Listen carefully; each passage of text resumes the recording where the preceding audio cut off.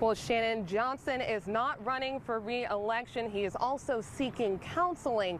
But this incident has left some city employees feeling uncomfortable due to a lack of rules. Now that's something the council president is looking to pursue, but it looks like someone else may already be ahead of the game.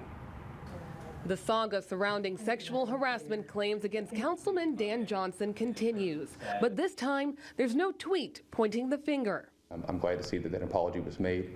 Johnson released this letter Wednesday, reading in part, "I am so sorry you felt I improperly touched you inappropriately on purpose." It's in response to Councilwoman Jessica Green's claim that Johnson grabbed her rear end and squeezed it prior to a press conference last week. If you read that apology, there's still an inability to accept that what occurred was wrong and it was intentional. Though Green has accepted it and was pleased to learn Johnson will be seeking counseling and not re-election.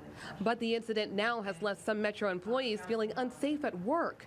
Right now, there are no guidelines for dealing with reports of sexual harassment. For that very reason, I think that we need to do a further look in what we can do in Metro government to make people feel better protected. So President David Yates has created a work group to find deficiencies and improve them.